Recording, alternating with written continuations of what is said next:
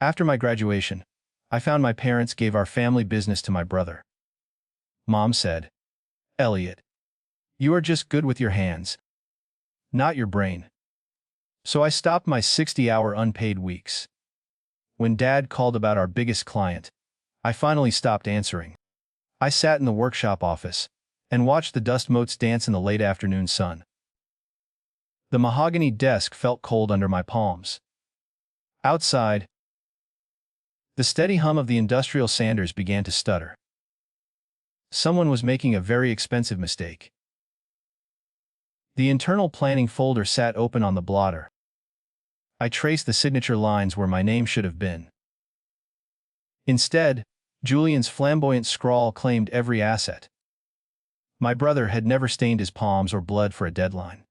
He wore suits while I wore denim stained with grease and walnut oil. Mom walked in, her heels clicking like a countdown against the concrete floor. She did not look at the blueprints. She looked at my messy hair with a thin, practiced pity. The air smelled of ozone. "You have to understand the optics, Elliot," she whispered. Her hand rested briefly on the folder, as if shielding me from the truth. She spoke about branding in the face of the future. Julian was the face. I was the engine hidden beneath a heavy hood. I looked at the calluses on my knuckles, thick and yellowed from years of uncompensated labor. My hands were strong enough to build a legacy, but apparently too rough to own one. She adjusted her pearls and smiled. I stood up and took off my heavy canvas apron. I folded it neatly and placed it on the chair I would never sit in again. The weight leaving my shoulders felt like a physical blow. Mom's smile faltered as I reached for my car keys. I did not yell or demand a recalculation. Silence was the only tool I had left that they could not quantify. The workshop lights flickered once. In the distance, a piece of heavy machinery groaned and then stopped. The following Monday, I slept until noon.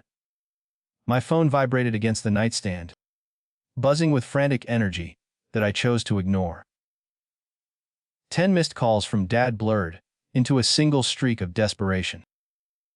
I went for a walk and felt the sun on my face. It was the first time in years I did not smell like sawdust. The guilt tried to claw at my throat, but the memory of that folder kept me steady. My brain was finally working for me. By Wednesday, the frantic messages changed tone. Dad's voice on the voicemail sounded thin and jagged. He mentioned the Miller Stone account, our largest contract, and the backbone of our yearly revenue. Apparently, the technical specifications were a nightmare that Julian could not decode. They needed the hands to explain the complex structural joinery. I listened to the recording twice while drinking coffee on my porch. I realized then that they had confused my silence with a lack of understanding. The shop was failing. I drove past the workshop on Thursday evening. The bay doors were still open, and the lights burned late into the night.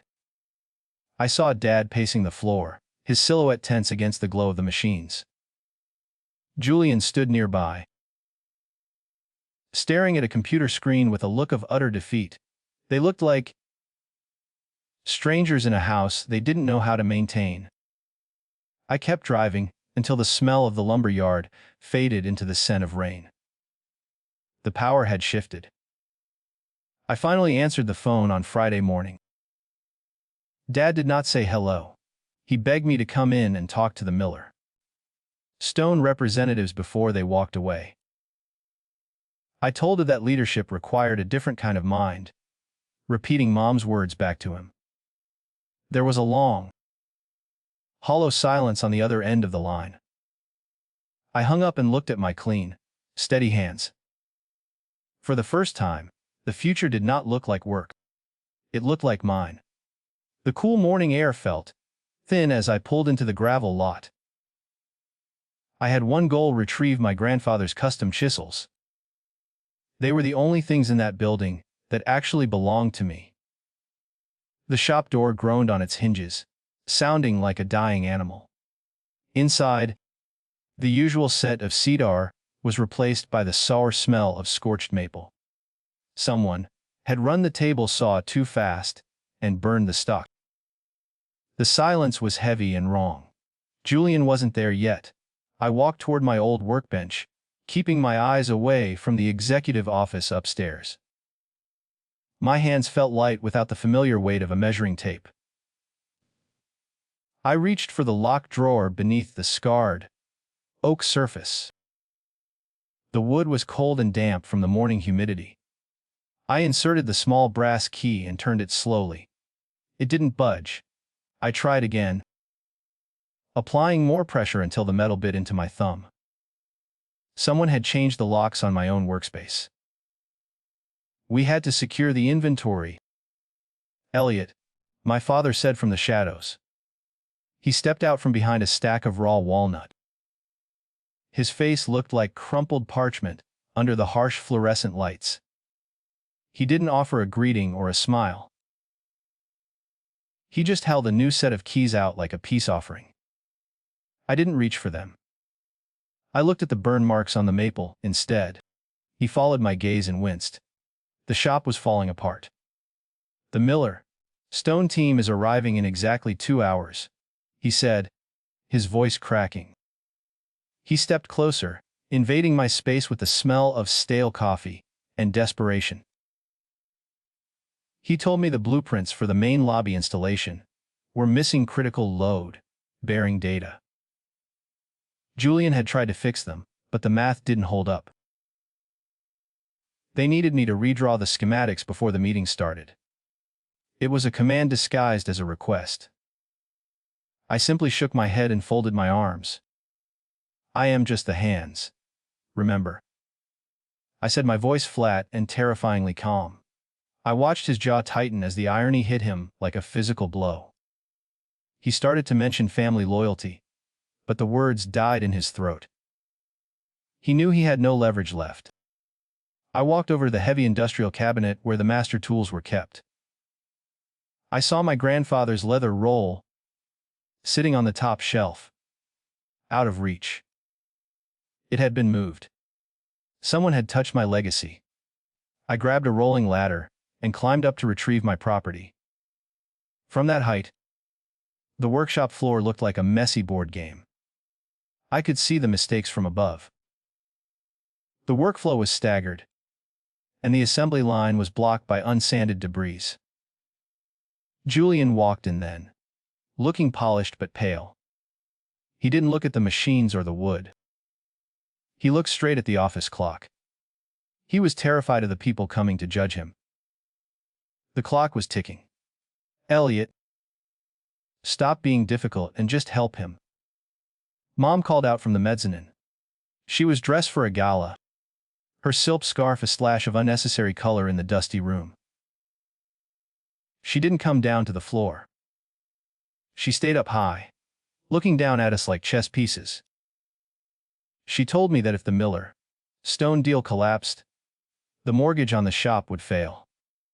It was a new pressure point. They were gambling with the roof over our heads. I climbed down the ladder with my leather tool roll tucked under my arm. I didn't look at my mother. I looked at Julian, who was trembling while holding a digital tablet.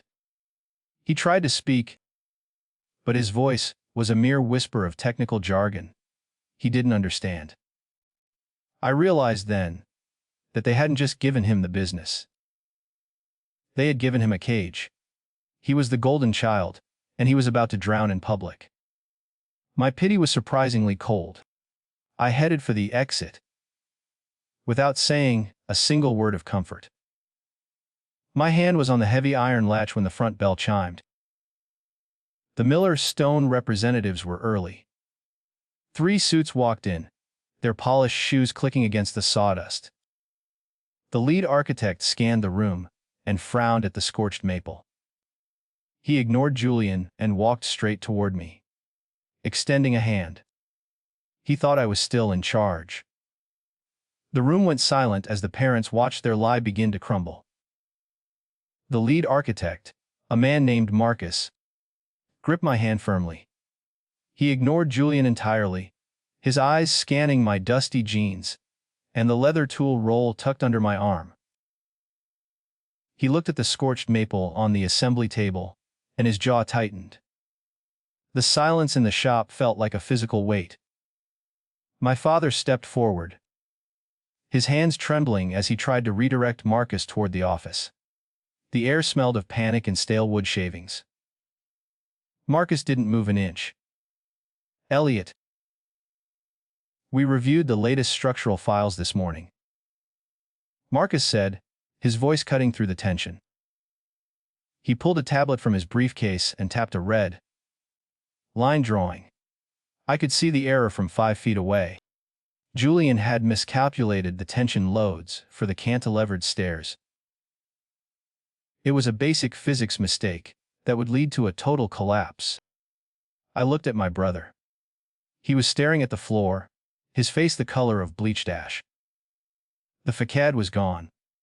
My mother descended the mezzanine stairs, her silk dress rustling like a warning. She tried to weave a narrative of corporate restructuring and administrative transitions. Marcus held up a hand, silencing her mid-sentence. He wasn't interested in the family's polished optics or their new hierarchy. He wanted to know why the lead engineer was carrying his tools toward the exit. The client's eyes moved back to me, searching for a truth that my parents had buried. It was a cold realization. "We have a schedule to keep, Elliot," Dad pleaded, his voice thin. He tried to grab my arm, but I stepped back into the light of the bay door. I felt the weight of the brass key in my pocket. Slept. The one that no longer opened my drawers. I told Marcus that I was no longer authorized to make executive decisions for the company. Julian was the mind of the operation now. I was just a laborer according to the new ownership. Marcus looked stunned. The power in the room shifted toward the exit. Marcus turned to Julian and asked a direct question about the load bearing capacity of the walnut stringers. Slept. My brother opened his mouth, but no sound came out. He looked at the blueprints like they were written in a dead language. The other 2 representatives began taking notes, their pens scratching against paper like scavengers. They were documenting a disaster. My father's face went pale. He knew exactly what those notes meant for the bank. I saw the internal planning folder sitting on the foreman's desk. It was a small, white rectangle that held the death warrant of my career here. I walked over and picked it up. Mom tried to reach for it, but I held it out of her grasp. I didn't need to read it again. I just wanted Marcus to see the title on the cover. He read the words, "Ownership Transfer," and his expression turned into a mask of pure steel. The deception was finally public. "This project requires a level of trust we no longer feel," Marcus stated. He signaled to his team to pack their things. The air in the workshop grew frigid despite the morning sun. My father began to apologize, his words tripping over each other in a frantic rush. He promised that things would be fixed by tomorrow. Marcus didn't even look back at him as he walked toward me. He stopped and lowered his voice. He handed me a private business card. I felt a surge of relief that tasted like salt. I wasn't going to save them today. I wasn't going to fix the burned maple or the broken math. I tucked Marcus's card into my pocket and walked out into the gravel lot. Behind me, the shop was a storm of shouting and accusations.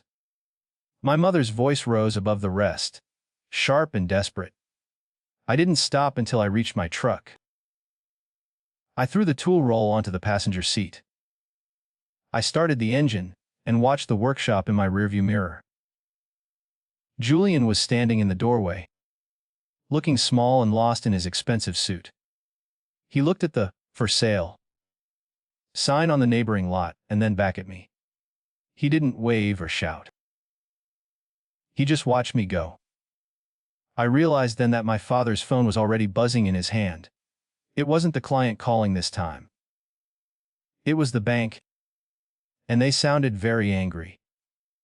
I drove to a diner near the outskirts of the city. The smell of cheap grease and coffee felt honest compared to the workshop. My objective was simple. I needed to evaluate the business. Card Marcus had pressed into my hand. It was thick. Charcoal, colored cardstock with embossed silver lettering. It did not list a company name, only a private mobile number and a physical address in the industrial district. I traced the raised ink with my thumb. The game was changing fast. The diner's neon sign buzzed with a rhythmic, annoying flicker. I ordered a black coffee and pulled out my laptop. I needed to see if my father's claims about the mortgage were true, or just another manipulation. I logged into the shared cloud drive using my old credentials. To my surprise, the password still worked. They hadn't even bothered to update the security protocols after freezing me out. I navigated to the financial subfolder and felt my heart hammer against my ribs. The spreadsheets were a sea of angry, red numbers. Dad had taken out a massive bridge loan 6 months ago to fund Julian's rebranding initiative. The collateral was the entire property, including the machinery and the historical archive of designs. They weren't just struggling, they were weeks away from a total foreclosure. The Miller Stone contract was the only thing keeping the lights on. I closed the screen and took a slow sip of the bitter coffee. The betrayal ran deeper than ownership. A shadow fell over my table as the diner's door chimed. I looked up to see Julian standing there, looking disheveled and frantic. He had followed my truck. He didn't sit down. He just leaned over the table, his knuckles white against the laminate surface. He begged me to come back for just 48 hours to fix the load. Bearing math. He offered to pay me a consultant fee from his own savings. I looked at him and saw a desperate stranger. "Mom sent you, didn't she?" I asked. I watched his eyes dart toward the window. He didn't answer, which was an answer in itself. He told me that the bank had called 5 minutes after Marcus left. They were pulling the line of credit immediately because the lead client had flagged the project as high risk. Julian started to cry, a quiet and ugly sound that made the other patrons stare. He wasn't a CEO. He was just a terrified boy in a suit. I realized then that Julian didn't even know about the bridge loan. Our parents had kept him in the dark to protect his fragile confidence. They had set him up to be the captain of a ship that was already underwater. I felt a sudden, sharp pang of pity that I didn't want. I told him to go home and demand to see the mortgage papers. His confusion was genuine and terrifying. He truly believed the business was a gift, not a burden. "I can't fix a house built on sand, Julian," I said. I slid the laptop toward him and showed him the red lines on the spreadsheet. He stared at the numbers for a long time without blinking. The color drained from his lips. He finally had understood that he hadn't been chosen for his brain or his looks. He had been chosen to be the legal face of a bankruptcy. It was a cruel realization. He looked like he might faint. Julian pushed the laptop back and stood up straight. He didn't ask for help again. He turned and walked out of the diner without saying goodbye. I watched through the window as he sat in his expensive car and gripped the steering wheel. He didn't start the engine. He just sat there in the dark. I felt the weight of Marcus's card in my pocket. It felt like an anchor in a storm. My phone chimed with a new text message. The message was from an unknown number. It contained a single photograph of my grandfather's workshop, but the doors were chained shut. A bright orange notice was taped to the wood. My father had skipped a step in his story. The foreclosure wasn't coming in weeks. It had already started. I looked at the time stamp on the photo. It had been taken 10 minutes ago. I realized I was being watched. I looked toward the diner's dark parking lot. I stared at the screen until the pixels burned into my retinas. The orange foreclosure notice in the photo was unmistakable against the weathered oak of the shop doors. I scanned the dark parking lot, but only the neon hum of the diner remained. Someone was tracking my movements with surgical precision. I needed to know who sent that image and why they were watching the collapse. My objective shifted from simple retreat to active investigation. I grabbed my jacket and left a few crumpled bills on the table. The air outside was thick with the scent of coming rain. I walked toward my truck, my boots crunching on the loose gravel. A black sedan sat idling near the edge of the lot with its headlights extinguished. It looked like a predator waiting in the tall weeds. I didn't rush to my door. Instead, I checked the reflection in the diner's window to see if anyone stepped out. The sedan's engine revved once, a low and mechanical growl. I realized that I wasn't the only one interested in the fallout.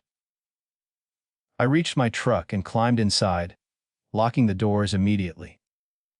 My heart hammered a steady rhythm against my ribs as I checked my phone again.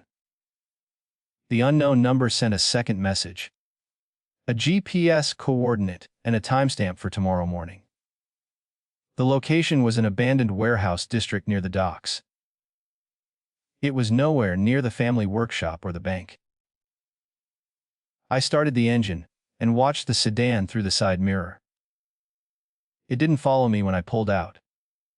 It just sat there, watching the diner's exit. I spent the night in a cheap motel, where the walls smelled of old tobacco. I spread the structural blueprints across the polyester bedspread, tracing the errors Julian had made. They weren't just simple math mistakes. Someone had intentionally altered the load, bearing constants in the shared files.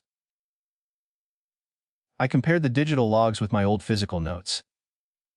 The changes happened 3 days after my graduation. My hands began to shake as the implications settled in. This wasn't just incompetence. It was a setup designed to ensure the business failed under Julian's name. The realization made my stomach churn with a cold, oily dread. Why would my parents sabotage their own golden child? I looked at the ownership transfer document again. There was a hidden clause regarding a massive insurance payout in the event of a structural failure. My parents weren't just phasing me out. They were planning to burn the whole legacy down for the cash. Julian was the fall guy, and I was the lucky survivor who was supposed to be gone. I stared at the ceiling until the sun rose. I arrived at the docks 10 minutes early. The warehouse was a skeleton of rusted steel and broken glass. I kept my hand near the heavy brass key in my pocket, using it as a makeshift weapon. A figure emerged from the shadows near a loading bay. It was Marcus, the architect from the Miller Stone project. He wasn't wearing his suit today. He wore a rugged work coat and carried a heavy surveyor's bag. He looked at me with a grim nod of professional respect. He knew the truth. "You found the discrepancies in the files," Marcus said. It wasn't a question. He stepped into the light, and I saw a stack of legal documents in his hand. He told me that his firm had been investigating my father's business practices for months. They had suspected the fraud, but needed a witness who wasn't part of the inner circle. My departure had provided the opening they needed to strike. I felt a surge of anger. I had been used as a pawn by both sides. Marcus offered me a deal that sounded like a lifeline and a trap.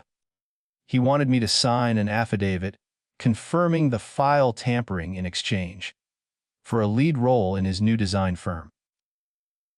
It would destroy my parents and put Julian in legal jeopardy. I looked out at the gray water of the harbor. The wind whipped the hair across my eyes. I had to choose between my blood and my integrity. The subtext was clear: if I didn't sign, I was an accomplice. I reached for the pen, but my phone buzzed with a frantic call. It was my mother, and her voice was a high-pitched scream of pure terror. She said the workshop was on fire, and Julian was still inside, trying to save the archives. The smell of smoke seemed to drift across the docks through the receiver. I looked at Marcus, then at the pen, then back at the road. The micro-twist hit me like a physical punch. My father wasn't at the shop.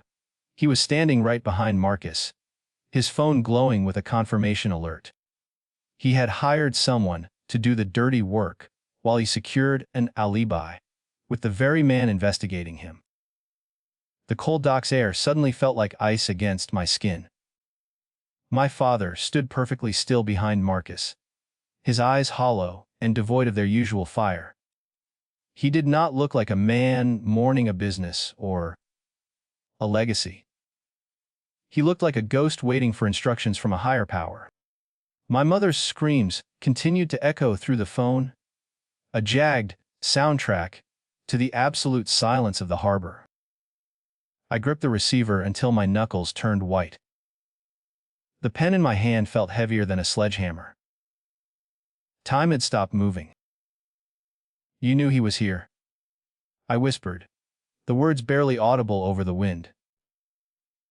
Marcus didn't flinch or look back at the man standing in his shadow. He kept his gaze fixed on me, waiting for the signature that would seal everyone's fate. My father finally stepped into the pale morning light. He didn't ask for forgiveness or try to explain the fire. He just pointed at the affidavit and nodded slowly. He wanted me to sign it. He wanted the insurance money more than his son. The realization hit me with the force of a physical blow to the chest. If I signed that paper, the insurance company would pay out the fraud claim to the primary creditors.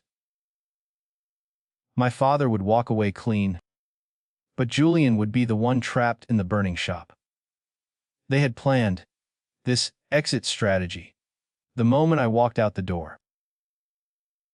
The fire wasn't an accident or a desperate act by Julian. It was the final stage of a calculated liquidation. I dropped the phone on the wet concrete. It shattered into plastic shards. "The archives are already gone, Elliot," my father said, his voice a flat and terrifying drone. He spoke as if the loss of 60 years of hand-drawn blueprints was a mere clerical error. He didn't mention Julian's name once. He only cared about the legal protection my signature provided. Marcus shifted his weight, his patience finally beginning to wear thin.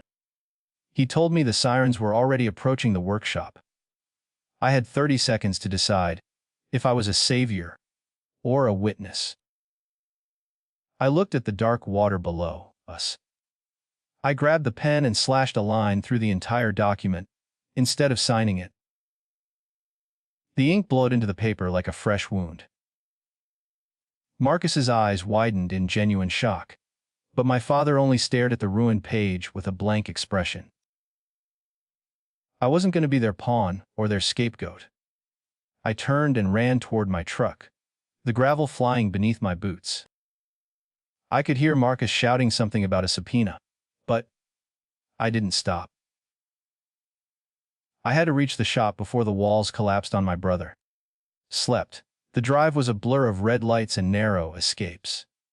I could see the thick column of black smoke rising over the warehouse district from miles away. It looked like a finger of ash pointing toward my past. The smell of burning lacquer and ancient sawdust began to fill the cabin of my truck. I pushed the engine until the needle touched the red zone. I didn't care about the mortgage or the clients anymore. I only cared about the boy, who was currently drowning in the family's toxic smoke. The heat was rising. I slid the truck to a stop in the gravel lot. The front of the workshop was a wall of orange fire that licked at the morning sky.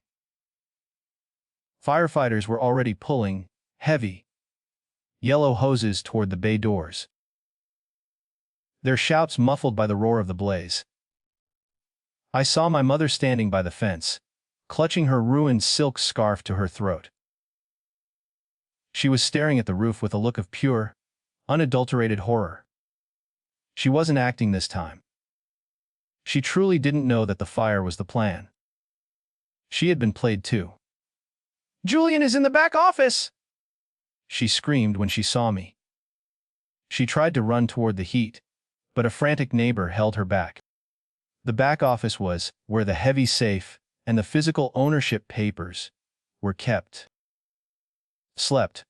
Julian was likely trying to prove his worth by saving the very documents that had betrayed him. I grabbed a heavy wool blanket from the back of my truck and soaked it in a nearby puddle. The water was cold, but the air was screaming with heat. I draped the wet wool over my head. I didn't wait for the firefighters to give me permission to enter. I knew the lay of that building better than anyone else alive. I knew which floorboards would groan and which supports were already weakened by Julian's bad math. I slipped through a side door where the smoke was still gray rather than black. The heat inside felt like a solid wall that tried to push me back into the street. I stayed low to the ground, breathing through the damp wool. The sound of cracking timber was deafening and constant. I found Julian slumped against the heavy iron door of the safe. He was clutching a single leather-bound ledger to his chest, his face blackened by soot and tears. He looked up at me with wide, terrified eyes that didn't seem to recognize me at first. He had inhaled too much smoke, and his lungs were rattling with every shallow breath. I reached out and grabbed his collar, hoisting him up with a strength I didn't know I possessed. The ceiling above the safe began to sag under the weight of the fire. "Leave the book, Julian," I shouted. But his fingers were locked around the spine like iron. He shook his head, coughing violently as he tried to speak. He whispered that this was the only way to make Mom proud. He thought the ledger was the business, but it was just a record of their debts and lies. I didn't have time to argue with a dying ideology. I wrapped my arm around his waist and dragged him toward the exit. A massive beam collapsed behind us, sending a shower of sparks into the air. We tumbled out of the side door, just as the roof of the office gave way. The sound of the crash was like a thunderclap that shook the very earth beneath our feet. I pulled Julian across the gravel, away from the reaching fingers of the flame. The firefighters swarmed us immediately, pressing oxygen masks to our faces. I looked back at the workshop and saw my father's car pulling into the lot. He didn't look at the fire. He looked at Julian's hands. The ledger was gone. Julian's grip had failed during the escape, and the book was now fuel for the inferno. My father's face twisted into a mask of pure, silent rage. He had lost the evidence he needed for the insurance claim, and he had lost the son he tried to sacrifice. He stood by his car, a lonely figure in an expensive suit, as the workshop turned into a pile of glowing charcoal. I sat on the ground and watched the smoke drift toward the horizon. The biggest client was gone, but Julian was still breathing. The sirens faded into a rhythmic pulse that matched the throbbing in my scorched palms. Julian lay on a gurney, his eyes fixed on the blackened skeleton of the workshop. The paramedics worked with a clinical speed that made the world feel small and mechanical. I stood beside him, my lungs burning with the ghost of cedar smoke. My objective was to ensure he survived the night without being crushed by the legal fallout. I watched my father approach, his silhouette jagged against the dying embers. He looked ready to strike his final blow. My father ignored the medical team and stood over Julian, his shadow blocking the flashing ambulance lights. He didn't ask about his son's breathing or the burns on his arms. He demanded to know where the backup drive was kept. Julian's lip trembled as he tried to form words through the oxygen mask. The pressure in the lot was suffocating, worse than the heat of the fire. I stepped between them, my boots crunching on the wet glass. The power dynamic had shifted from professional betrayal to a raw, primal confrontation over a wreckage. "There is no drive, Dad," I said, my voice sounding like gravel grinding against stone. I watched the realization sink into his eyes, turning his anger into a cold, hollow desperation. He had gambled everything on a digital safety net that didn't exist anymore. Julian had wiped the servers weeks ago, trying to hide his own technical failures from the bank. The obstacle wasn't just the fire. It was the total erasure of the family history. My father looked at the glowing ruins and finally began to age. He was completely and utterly trapped. Marcus pulled his black sedan into the lot, the tires spraying muddy water onto my jeans. He didn't look like an architect now. He looked like a debt collector. He stepped out and handed a thick envelope to a waiting police officer. My mother gasped, her hand flying to her throat, as she realized the investigation had reached the scene. The turn was immediate and sharp. This wasn't just a fire anymore. It was a crime scene under active federal review for insurance fraud and arson. The air grew colder. The officer walked toward my father, his heavy belt jingling with the weight of authority. I watched my father's face transform from a mask of rage to one of feigned innocence. He started to explain the accidental nature of the electrical wiring. He pointed at the old machinery, as if the iron could testify for him. Julian watched from the gurney, his eyes wide with a terrifying new understanding. He saw his hero crumbling in real time. My brother reached out and grabbed my charred sleeve, his grip surprisingly strong for a dying man. "I did it for you, Elliot," Julian whispered, the words barely audible behind the plastic mask. I froze, my heart skipping a jagged beat as I processed the confession.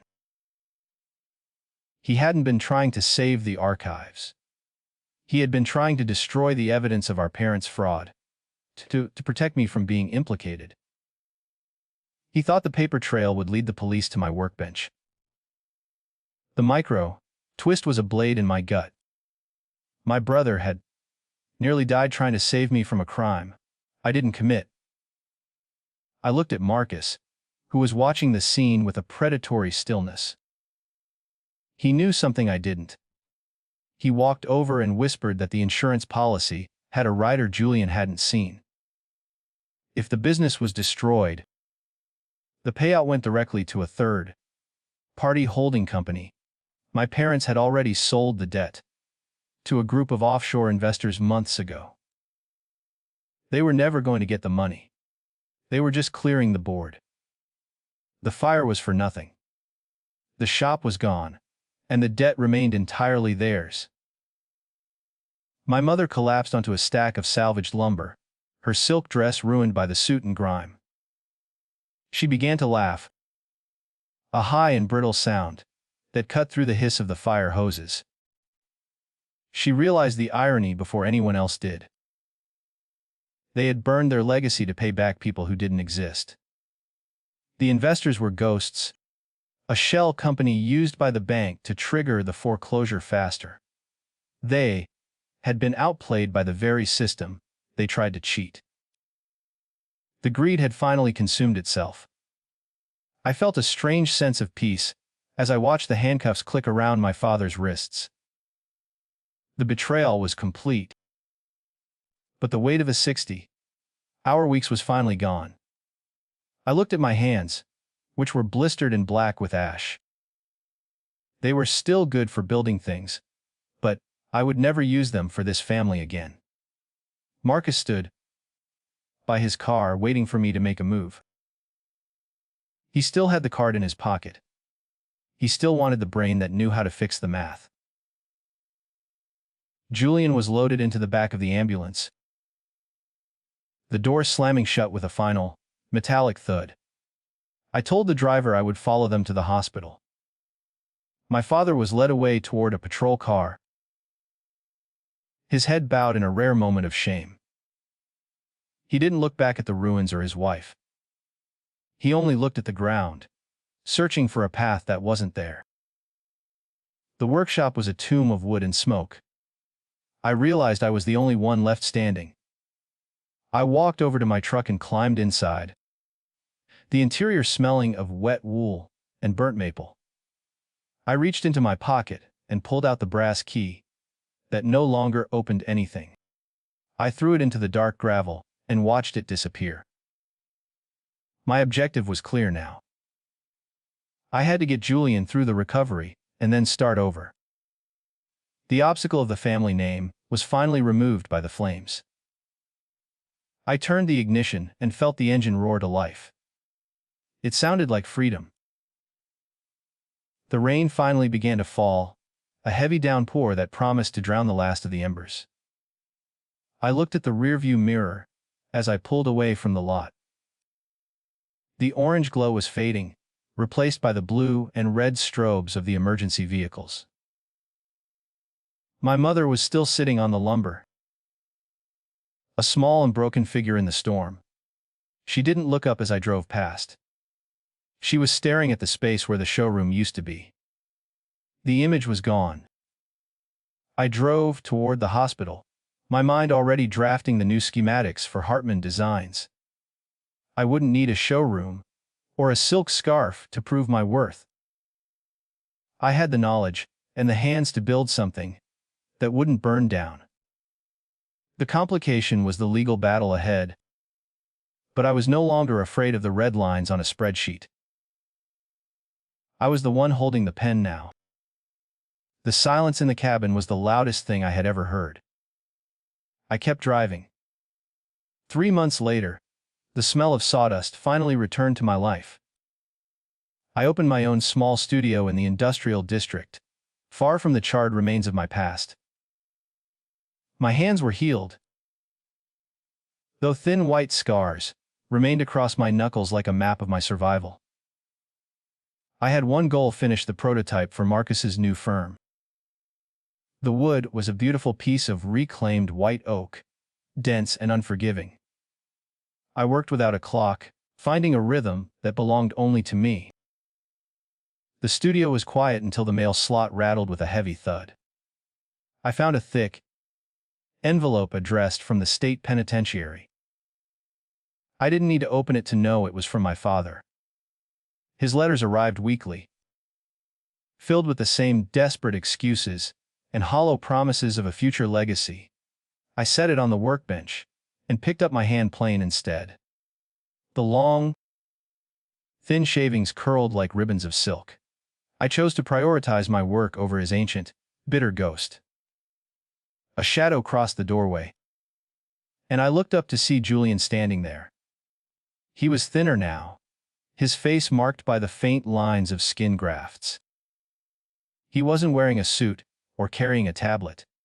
He held a simple toolbox, the metal dented and worn from years of neglect. He didn't ask for a job or an apology.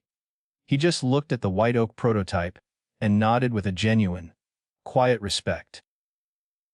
He finally saw the brain behind the finished hands. I finished the physical therapy, Julian said, his voice stronger than before. He stepped into the light, and I noticed he was breathing without the ragged hitch of the smoke. He told me that Mom had moved to a small apartment across the state. She was working as a receptionist, her silk scarves replaced by a cheap company lanyard. The family business was officially dissolved.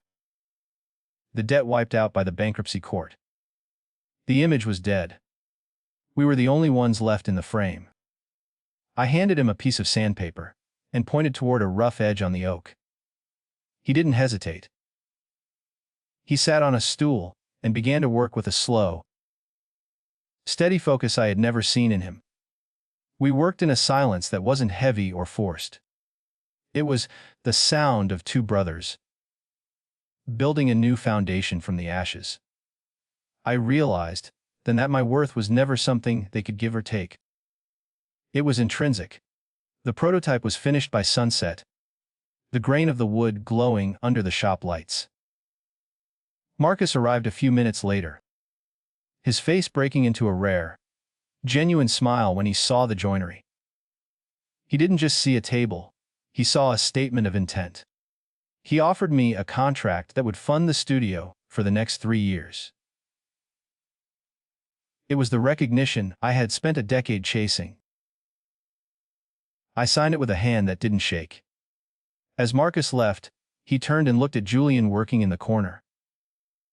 He asked if I had hired a new apprentice. I looked at my brother, who was carefully cleaning the dust from the grain. I told Marcus that I didn't have an apprentice, only a partner who was learning the trade from the ground up. Julian looked up and smiled, the first real expression I had seen on his face in years.